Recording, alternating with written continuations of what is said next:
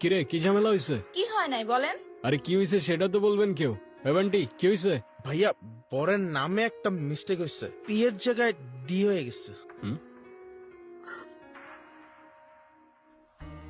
এই তোর বড় ঝামেলা? হ্যাঁ এদিকে আউট অফ কন্ট্রোল সিচুয়েশন। এতটুকু প্রবলেম সলভ করতে পারোস না, আবার তুই ইভেন্ট ম্যানেজার হবি। আমি তোরে কতবার বলছিলাম আমার পার্সোনাল প্রবলেম আছে, আমি এই ইভেন্টে আসতে পারবো না। হ্যাঁ তাও আমার কেন আসতে হইলো, তাও আবার এই সিলি ম্যাটারে? ভাইয়া সরি, অনেক স্ট্রেসের মধ্যে ছিলাম তো, তাই ঝামেলা হয়ে গেছে। আচ্ছা ঠিক আছে। ভাইয়া আমাদের কয়টা ছবি তুলে দেন তো। ক্যামেরা। এটা একটা ছবি হলো, এর থেকে তো আমার আইফোনের ছবি ভালো আসে। ভালো আসে নাই। বান্টি ক্যামেরাটা দে, পিছে যান একটু, স্মাইল। ওয়াও ভাইয়া আপনি তো অনেক সুন্দর ছবি তোলেন। আপনার ফোনে যদি এই ক্যামেরা থেকে বেটার ফটোস ক্যাপচার করা যেত তাহলে এই ইভেন্টে এই ক্যামেরা না আপনার ফোন ইউজ করা হইতো। আই হোপ ইউ গেট এটা। ওকে ছবিগুলো দিয়ে দিস, আমি যাচ্ছি। হ্যাঁ না মানে আমি বুঝলাম না, তোমার কি কোনো সেলফ রেসপেক্ট নেই? তুমি আমার ভাইয়ের গায়ে হলুদ এসে ইভেন্ট ম্যানেজমেন্টের কাজ করতেছো, আবার আমার রিলেটিভসদের ছবি তুলে দিতেছো, আর এদিকে বাবাকে বলে রাখছি তার সাথে তোমাকে দেখা করাই দিই। এখন সেই যদি এই অবস্থায় তোমাকে দেখে কি হবে একবার ভাবছো? কি হবে? আবার জিজ্ঞাসা করতেছো কি হবে? Are you serious? এখন আমার দোষটা কোথায় আমাকে বলবা? হ্যাঁ এখানে একটা সিলি ঝামেলা হয়েছিল, which I didn't know.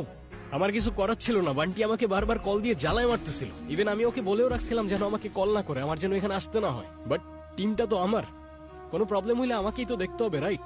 Rayan অনেক হয়েছে তুমি আর তোমার এই ফালতু টিম। মানুষের বয়ফ্রেন্ড ডাক্তার হয়, ইঞ্জিনিয়ার হয়, আর তুমি হইছো একটা ইভেন্ট ম্যানেজার। আজ যাইরা বাবা যদি জানতে পারে তুমি একটা ইভেন্ট ম্যানেজমেন্টে কাজ করো, কোনোদিন তোমার সাথে আমাকে বিয়ে দিবে না। এখন আমি তো এইটাই করি, it is what it is. কি করবো আমি এটার ব্যাপারে? তোমার কিচ্ছু করা লাগবে না, তুমি তাকিয়ে তাকিয়ে দেখো আর অন্য আরেকজন এসে আমাকে বিয়ে করে নিয়ে যা, তখন এসে ছবি তুলবে।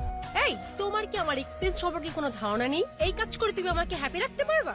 এখন তোমার এই কথাগুলোর কি উত্তর দিব আমি তো জানি না।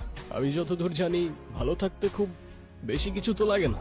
পকেটে 2 বেলার খাবার, বাসা ভাড়ার খরচটা, আর পাশে ভালোবাসার মানুষটা থাকলেই তো এনাফ হওয়ার কথা না? এই তোমার এসব ইনস্টাগ্রামের রিলস এর ডায়লগ আমাকে শোনায় না। গত 2 বছর একই কথা বলে আসতেছে। বাবা অলরেডি আমার জন্য একটা ছেলে ঠিক করে রাখছে, আর তার বাবা অনেক রিচ।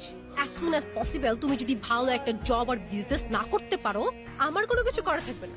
বাবার পছন্দ করা ছেলেকে আমি বিয়ে করে ফেলবো। আরে আমাকে একটু টাইম তো দাও না, মাত্রই তো বিজনেসটা স্টার্ট করলাম, একটু ওয়েট করো। এরপর যদি ভালো কোনো রেজাল্ট না আসে, দরকার হয় আমি প্রফেশন সুইচ করে ফেলবো, আই প্রমিস। বিজনেস? এটা কোনো বিজনেস হইলো? কয় টাকা আসে এটা থেকে বলবা? এই তুই এখানে কি করছিস? কত কাজ পড়ে আছে ওখানে। এই তো মা আসছি, তুমি যাও। আন্টি আসসালামু আলাইকুম। ওয়ালাইকুম সালাম। মায়ের সাথে যোগাযোগ করছস? না কাউকে পাঠিয়ে মায়াকে একটু আনার ব্যবস্থা কর না মা, প্লিজ।